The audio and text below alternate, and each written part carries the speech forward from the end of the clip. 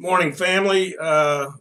This is another episode of Getting the Record Straight. In fact, we are going to go over a few things in terms of music and art and culture as it pertains to the black experience here in this country and globally. Want everybody to stay safe. You know, we're dealing with this virus thing out there. So I encourage you, if you don't have to go out, if you don't have to interact with folks, please don't. Stay safe, do the right thing. Um, Again, this is Getting the Record Straight, and this is the Black Rock and Soul section of it, or portion, if you will. Um, I'm trying to do two um, parts to Getting the Record Straight. One that deals with art and music, and that's what we call Black Rock and Soul, and then the other section, which I will do later today, is entitled Truth to Power, where we'll talk about politics and current events and that kind of thing. So, in terms of black rock and soul, you can, as I've told you before, I do put together a playlist on YouTube twice a week, and that's something you can listen to at any time.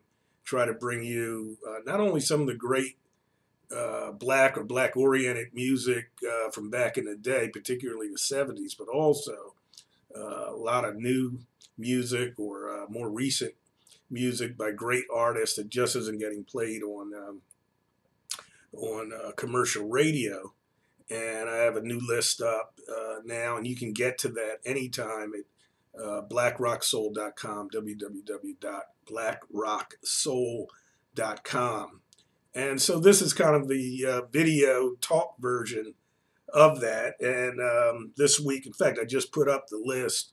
Let's see who I've got. I start off with Prince. Fantastic cut that actually I've stumbled upon.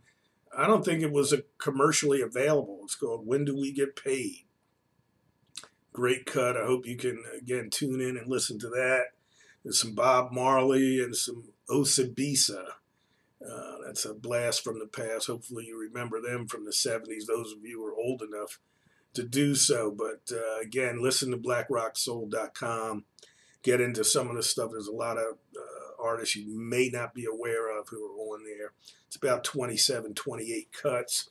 2 hours of music I try to provide so that you can listen on your way to work, which probably won't be the case now, but, listen over the internet on your smart TV or your computer, whatever, but it's there for you. I want to spend a few minutes talking about, on this segment, talking about rock and roll. As some of you know, I wrote a book years ago called The Myth of Rock and Roll.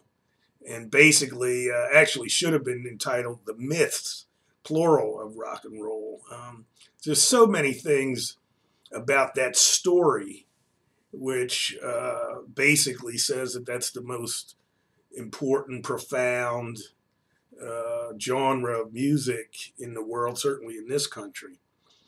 And I called it the myth because basically the importance and significance of black folks and black music in that story or myth is, has been shut down and has been negated and not talked about. And in fact, rock and roll grew out of the black music experience here in this country, and in fact, grew out of jazz. It's a came directly out of jazz, and I'll explain that in the next couple of minutes. Some people have asked me, why don't you kind of leave that alone? It's nothing to argue about. And it's not obviously the most significant and critical thing in the world. There is an election going on, and it's not a life and death kind of issue. It's not as important as war and economic development and so many other important things that are going on. But nonetheless, I like history, love music, and particularly love black music and black history. And I'm like, if you're going to talk about it, if you're going to talk about history, let's get it right. Let's get it at least close to right. You know, you can't just freeze out a whole group of people, and in particular, the ones who had the most impact on the music. So basically, it's just a commitment to getting history right and making sure that our role in this story is appropriately talked about, and it never is, and it hasn't been, and that's still the case today in terms of the impact of African American music in this country and globally. Um, I rarely use the term R&B, rhythm and blues. I don't like it. I rarely use it. I prefer to use the term soul music, because rhythm and blues, that term didn't come out of the black lexicon, if you will, or the black community. It was actually coined or used as a technical descriptive term to categorize music, and it came about in 1950 or 51, and a guy named Jerry Wexler, who was an executive at the time, I believe, of Atlantic Records, established the term as an actual category. At that time, he was with Billboard magazine, and he established that as a category because justifiably he didn't like the term race music, which was an actual term for music that black folks were producing back in the 30s and 40s, and so somewhere around 1949, 50, he established this category of rhythm and blues, and that supplanted the one that had been there before, which was called race music. And rhythm and blues, as a category, really, as a term rather, really described the music more than anything, and categorized it, as I said. But to me, it's never really captured the passion and the energy and the innovation rather, of black music. And so I tend not to use it. I will in this video and probably some others, but I really don't like to use it. It's not, to me, a black thing. And so I try to use the term soul music. But indeed, rhythm and blues, if you will, soul music, was the first rock and roll. There was no category for rock and roll in the 50s. And well into the 60s, as far as I know. I'll have to research that again, but certainly not in the 50s. And indeed, any soulful, rhythmic, upbeat, black sounding music, whether it was played by black folks or not, would be charted on the R&B charts on Billboard magazine. So, when Elvis finally gets around, he becomes famous, he charts not only on the country charts, but also on rhythm and blues charts.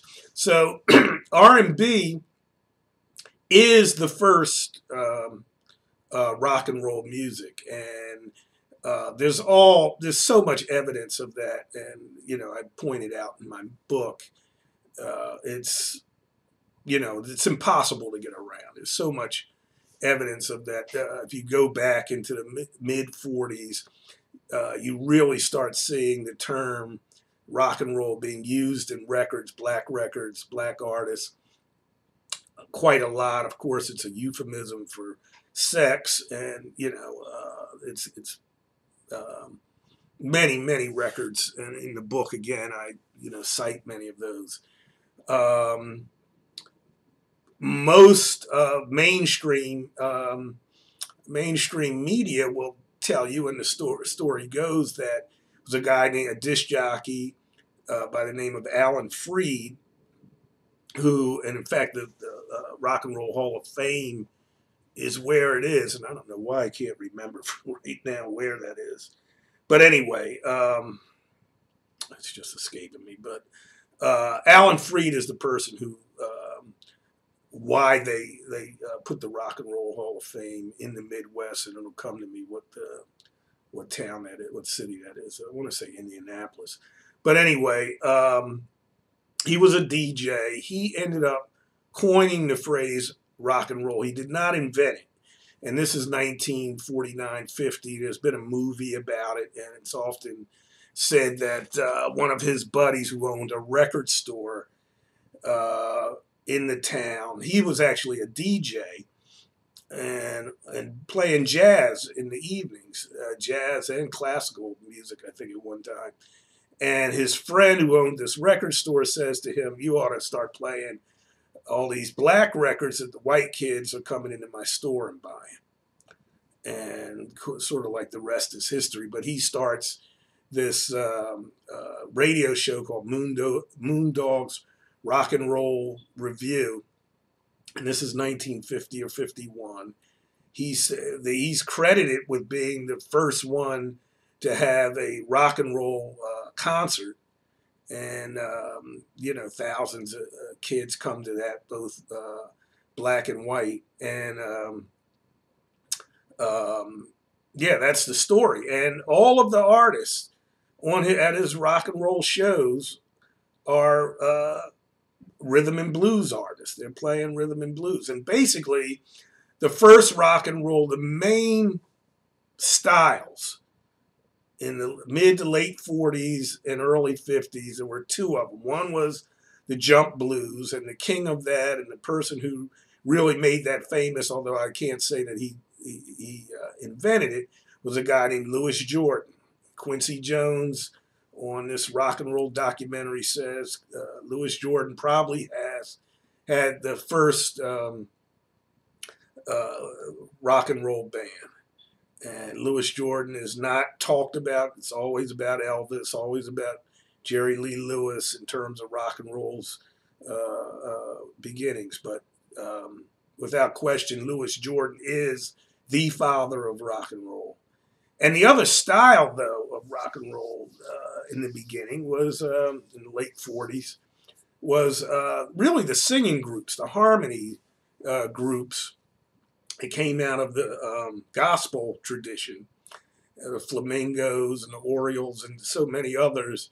And, of course, that formed doo-wop in the 50s, which was, another big part of rock and roll, which, again, is oftentimes not even talked about. And so that's part of how rock and roll started. There's a lot more to that story. And so much of it involves black people and black music and people all over the world playing that kind of music, people of all races and colors. So I think I'm going to do another segment based on that to talk a little bit about the early history of rock and roll and why I think it's important to include it and to claim it as part of the black experience and the black musical development because it did come out of the black community. There's no question about that. So with that said, I'm going to sign off. We're going to talk a little bit about politics next. But again, stay safe and take care.